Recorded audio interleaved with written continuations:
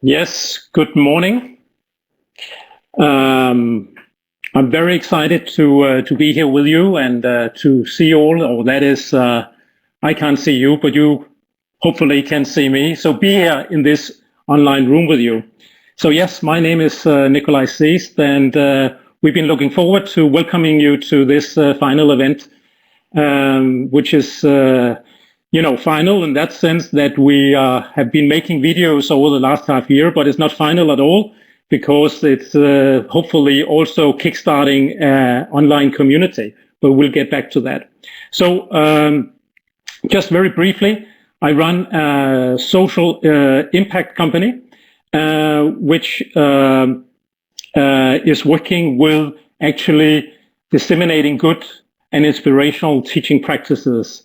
And we have been very much involved in developing peer practice as a method for documenting and sharing and developing practices over the last years.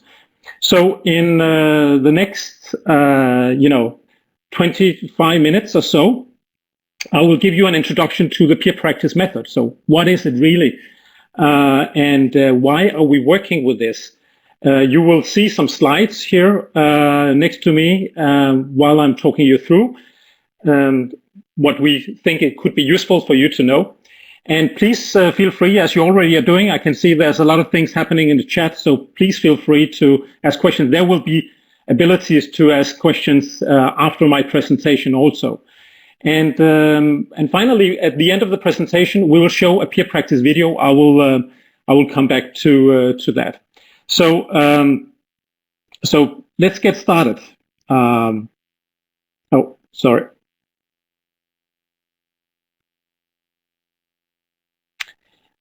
Yes. So let's start off. What is peer practice really?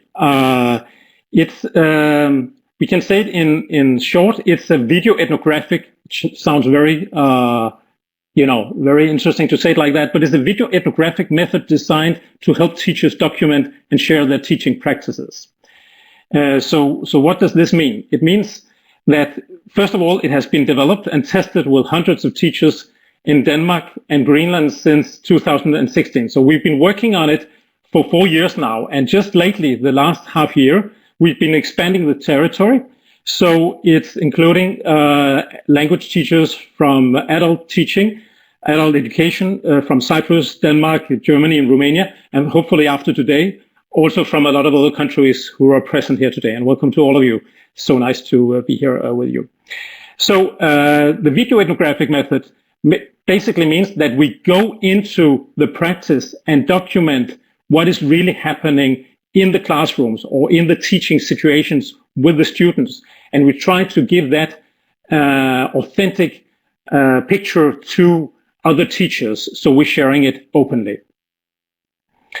So what is the challenge we are trying to address with the peer practice method? Basically, teachers, and that is, as I can see from the poll, basically almost all of us, we often feel isolated in our daily work life. You might feel that is also the case for you. But I've been talking to a lot of teachers over the last years, and being a teacher myself, it's very rare that we see other teachers teach or we stand in the same room. That doesn't mean that we don't have the ability to talk with other teachers and to exchange experiences, but being in the practice and actually seeing what other teachers are doing is a rare thing. Yes, as I said, we rarely see other teachers teach. Of course, we have been having teachers ourselves during our background, the way we were taught in school, etc., at universities, whatever. But since then, it's hard to find situations to actually go into the room and teach with others. We very rarely receive supervision. I'm a big fan of supervision, but in fact, it doesn't happen neither from principals or headmasters, nor from colleagues or other coaches. And that is very unlike a few other professions in the world, like psychologists, at least in Denmark. I don't know how it is in your country, but there you need to have a structured scheme for supervision in order to be able to be a professional psychologist. And And co-teaching, standing two teachers together, is very rare. I've seen it happening in primary schools, but it's due to budget constraints. It's just a luxury to have two teachers in the same room at the same time. So this makes it very difficult for us to actually observe how other teachers are doing. Knowing that teaching is also a very personal thing. We teach differently, but we can get inspired from the practices or didactics of other teachers. So this means that new methods and ideas and inspiration can be hard to find in a useful format, a format which can inspire us to actually improve our own teaching or inspire us to do something we wouldn't do otherwise. At the same time, the possibilities for transfer and disseminations are limited. We have a lot of teaching methods, very creative teaching methods. I've seen, all the videos on the peer practice on the VPEL platform, and just seeing some of these teaching techniques or didactics gets me inspired and want to do it with students in another situation, or maybe change it a bit. So the dissemination is limited in normal work life. This slows down knowledge sharing and the professional development of ourselves, and also the development of the teaching practices. So what's the aim with all this, engaging in the peer practice method? The aim is to support that useful didactic practices are shared and developed. I'm sure you already have got this idea by now, that it's actually opening up what is otherwise very closed. You can say it's, if you're familiar with the term open source, it can be on the day-to-day basis very closed source. We're not sharing too much. So we really want to open it up and giving away more freely what is actually happening. And we also want to support that we, the teachers, will learn and develop professionally more efficiently as part of our day-to-day work. That is, when engaging in a community of other professionals and interacting and getting feedback and other kind of possibilities of interacting and getting inspired, we will have a great tool for actually improving our teaching without necessarily going on a long course. Not saying that this cannot happen in the future, but I'm sure that you also experienced here in the Corona time that actually, getting inspiration from different sources can be very useful. So it's a supplementary to off-the-job trainings, which, to be honest, research have showed again and again, very seldom have a lot of impact on, developing the teaching practices. When we're on the job trainings, we can get inspiration, of course, but we can also learn specific techniques. But a lot of teaching is very relational and situational. That means that we need to adapt it to the students and the situation we are in. And I know that Lucas will later on today talk more about this. So we just have to remember, we are very much focusing on video here with the peer practice in the VPEL project. But video is just the tool. It's a very important tool, but it's just a tool. We are not here to be brilliant filmmakers, but we need to have some basic techniques in order to be able to document and share our practices. So how does it work? So peer practice is a teacher-to-teacher video. It's not videos aimed at the learners. So the videos you will see at the platform, it's not for your students to see. Of course, you can show sometimes if you made your own video at a later point. Of course, it will be fun maybe for the students if they participate in the video to see it, but that's not the aim. It's neither a flipped learning video. Maybe some of you have come across this term, flipped learning, which is basically instructional videos aimed at the learners so they can see you or something else happening and then get some instruction on their language education. So peer practice videos shows authentic teaching situations. It's not a beautification of reality.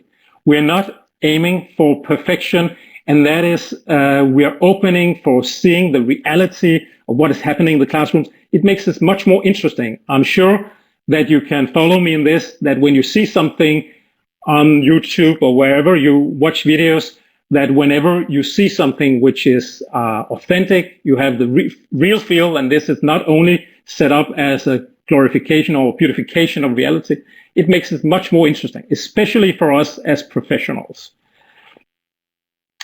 So the peer practice videos, they are 2 to 5 minutes long, and they're made on our own smartphones or tablets or whatever we have at hand. And that is also to make it very easy, accessible for us to actually share, document, and share our practices. The reason why we have chosen a 2 to 5 minutes video format is that if the videos are below 2 minutes, it's hard to get enough information in the video to make it really interesting. If it's longer than 5 minutes, it can be hard for the viewer to find the time to actually watch the videos. And to be honest, we have tested it over and over again. Actually, you get a decent impression of the practice which is shown, but you will get chances to see videos later on, those of you who haven't seen yet, and you can judge for yourself. So I don't know if you know this guy. Some of you Danes who are here today, you will know him. He's a famous filmmaker called Lars von Trier. So we can thank him and 3 other guys as well, who also directors. And they made in 1995 the Dogma Manifesto. And basically, the Dogma Manifesto was 10 rules on how to make films in a different way than the traditional Hollywood format. Some of the rules were: shooting must be done on location, the camera must be handheld, which creates a little more shivering screen, and optical work and filters are forbidden. And there are 7 other rules or dogma rules here.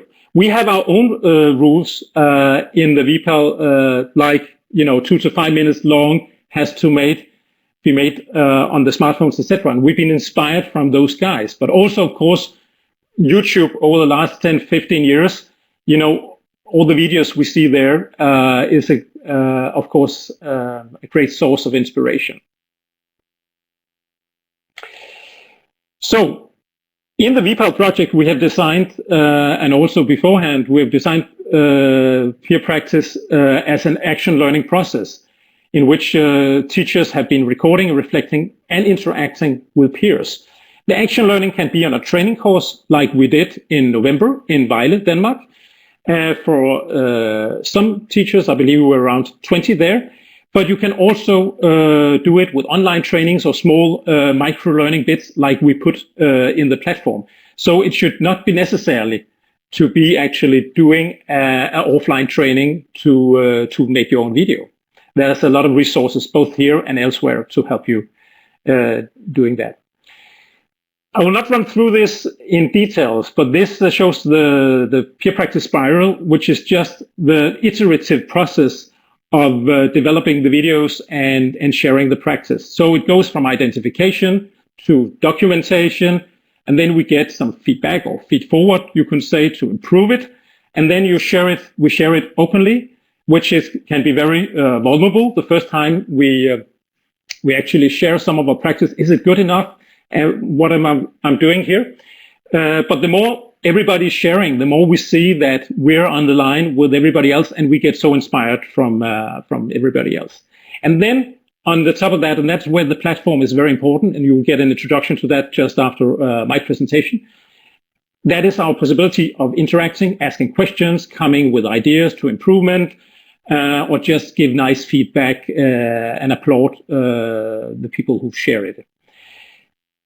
I will not go into the theory behind peer practice, but just mention that we're standing on the shoulders of, for example, John Lave and Etienne Wenger, who developed the concept of communities of practice. If you're interested, I will recommend you to look it up. So what we find in the first 4 years, and I'm sure that it's also been documented elsewhere, that it's very developing to zoom in on one's own practice. Actually, to take a look, what am I doing it, and why am I doing it?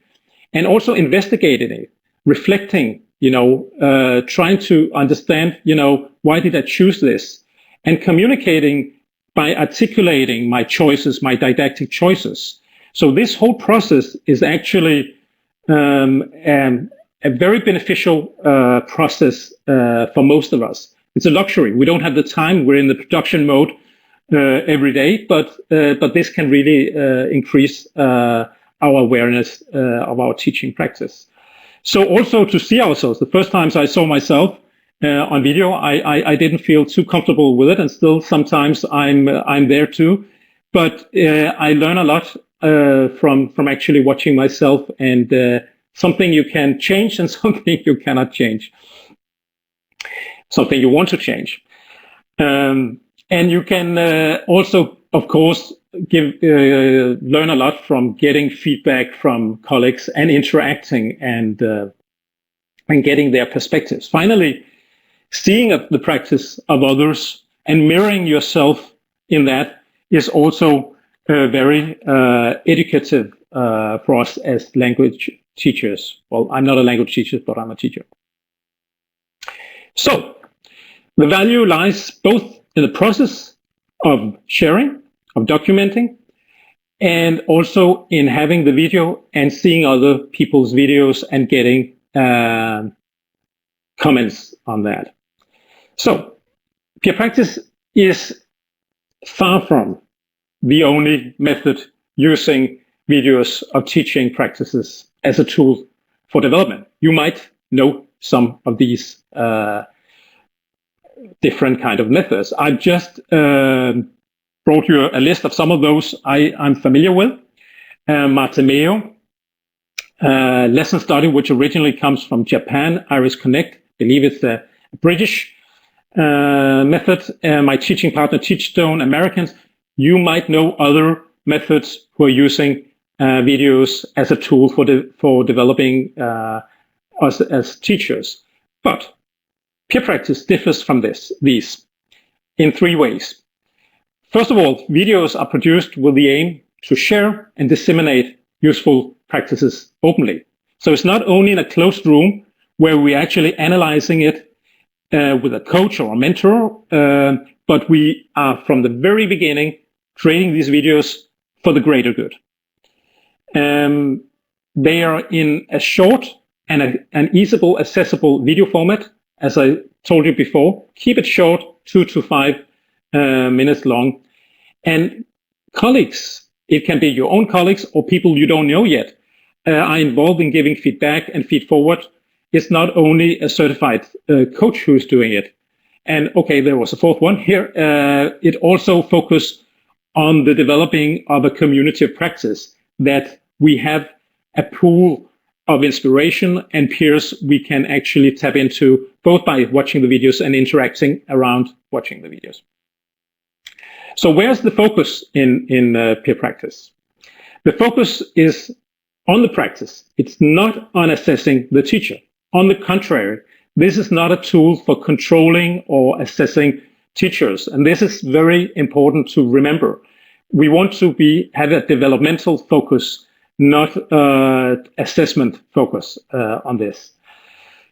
Despite this, it can be very uncomfortable to share one's practice. My experience is that first you've done your first video or your first 2 videos, it gets easier on the way. So, but you are on a steep learning curve also emotionally in the beginning. The focus is also on useful or inspirational practices rather than best practice. Best practice tends to close and say, this is the ultimate best practice we can aim for. And we want to change that around and say, no, we can always improve the practices. So that's why it's the focus on useful practices, what has worked for me. I will share it with you. A practice, as you know, as a teacher, is rarely good in itself. It has to be put into context. So in some situations, it can be good and less good in others. And therefore, the reflections behind showing the practice is very, very important. We are trying with peer practice to document the smallest bricks, so to speak, the smallest didactic bricks, not the entire didactic house, so to speak, if I'm metaphorically speaking here. We zoom in on very small parts of our practice because otherwise it's not possible for us to actually share something in a short time. But also that makes it interesting because then we can use the bricks in different ways and play around with them and put them in easily in our own practice. So you could use this metaphor. We're building up when we have a long project with the students with a lot of different practices which creates the entire house, but we are zooming in on, yes, thank you for that. I'm getting the 5 minutes now. So why videos? Basically, videos can convey what is difficult to communicate through words alone. So if we wanted to write it all, it would take much longer time to actually communicate it. And we see articulation, you can hear my voice, you see movements. I try not to move too much here, but that's what you get through seeing a video. And as you know, video is growing exponential as a tool for learning. You know, you might use it privately, how to cook, create, use, or repair something. You go online, YouTube, and you see a video. But unlike supervision, videos can be seen again and again. And it's not to say that I'm really a big fan of supervision, but it's just not happening out there so much, as I said earlier, due to budget constraints. So videos can do other things here. It can be shared widely to many. It can provide a common third, so we can analyze it and look at it together. And on basis of that, it can support an open source learning culture, a community practice. So, like this is not the world of the movies, this is the world of education, but like in the world of movies, peer practice videos follows a clipboard that works as a structure for the video. I won't go into detail with it, but just so you get a feeling that actually the way we structure the videos is made up by 6 components. Not always all 6 components are put equally into play, but we start with an introduction, then we have some framing, saying where are we, why are we showing this, etc. And then we go into showing the practice, instruction of the students, activities, where they actually do stuff, how we facilitate it. And at the end, we go out of the classroom or the teaching room and we reflect and say, when does it work and when doesn't it work, or what makes this an interesting practice and what are the difficulties, etc. So this is how the peer practice videos are made. So it's just like this guy. You might know this guy, Jamie Oliver, a famous cook from Britain. And just imagine that if you were just hearing Jamie telling about how he makes the food out of the kitchen, it would be so interesting. The same if you just mute him and just see him cook, it would be so interesting. We need both to see the practice and get his reflections or considerations why he's doing as he's doing. So both the practice and hear his reflections. So I have been speaking now for more than 20 minutes. I hope you are not all asleep out there, but we thought it would be useful for you to see a peer practice video at this time of the event. And I have to, when I'm presenting the video, it's important to say that it's a video of Jean-Marie from Germany. And thank you very much, Jean-Marie, for sharing this openly. It's very courageous of you. And just so you know, Jean-Marie did not attend the training in Vejle. So this video was made from the materials you basically can see, online tutorials, etc., on the VPAL platform. So I think we should give it away, Noah. Maybe it's time to see the video. Enjoy. Hello, greetings from Northern Germany. My name's Jan Marie, and I'm a language instructor at the KVHS Ammerland. And today I would like to share a practice called What Are You Doing? It's a speaking and listening exercise taken from improvisational theater. I'm going to show you this exercise with a B1 English class, although I think you could adapt this exercise to any class. I've chosen this exercise as a short diversion between reading and grammar exercises at their desk.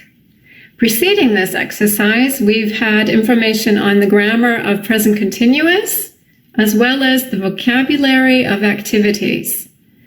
You don't need much preparation for this one. All you need to do is make sure you have enough room to move around, ideally in a circle. So this morning, we are going to do the exercise, What Are You Doing? In this exercise, we are going to practice the grammar, present continuous, and we're also going to practice the vocabulary of activities. Okay? So the exercise goes, someone comes into the middle, and they do something. And someone in the circle says, hey, what are you doing? What are you doing? I'm swimming. And so now you go into the circle and you swim. But when we ask you, you say something else. Hey, what are you doing? I am swimming, flying.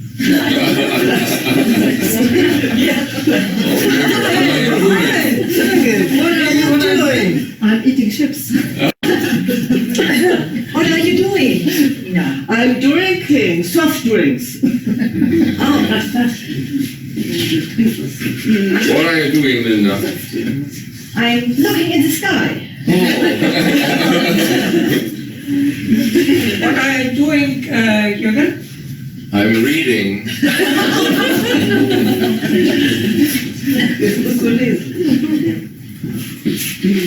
What are you doing, Kari? I'm digging. What are you doing? I'm watching TV. Gräbst nach einem guten Film.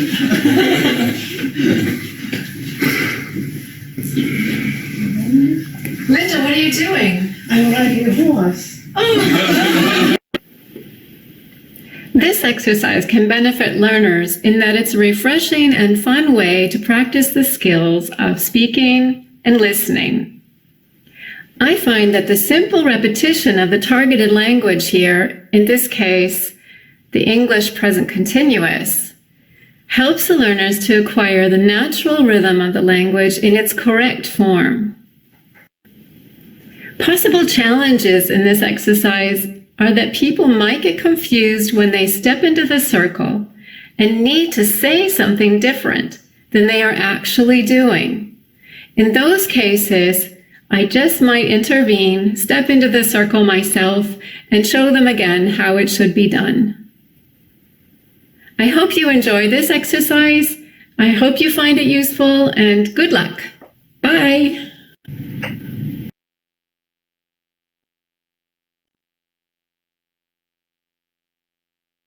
Yes, thank you so much, Jean-Marie. I'm sure that if we were in the same physical room, we will all applaud. And so I'm doing it on behalf of all of us. I just want to say, maybe you saw who's actually doing the video. I don't know it, but Jean-Marie, I'm sure that it was one of the other students in the classroom. So that's a helping hand there. Just a few key takeaways, and then we will take some questions if you have questions. So please prepare for that. As you can see here, we both want to see the practice and hear the didactic reflections. Maybe you get a picture of it now. But also focus that we don't need to see everything. This video could even have been shorter. Of course, I find it very funny to see all the digging and the reading, and you get very happy as a teacher when you see that the students are actually responding very positively and in a humorous way on what you're doing. But we could maybe only have seen 3-4 examples, and we will get the picture as a professional how to do this. And we're not aiming for perfection, neither the practice itself nor the video. It's okay that it's handheld. So the more authentic, the better, because then we can mirror ourselves into actually doing it with our own students. I hope you see that from watching this not even 4-minute long video, you get an idea of how to put it into your own practice if you feel it could be useful. So in conclusion, peer practice supports us in sharing our teaching practices and reflecting on our didactic choices, and in getting inspired by other teachers and interacting with them when we put it up and share it openly. Thank you very much. I will be happy to hear if there are any comments or questions at this point.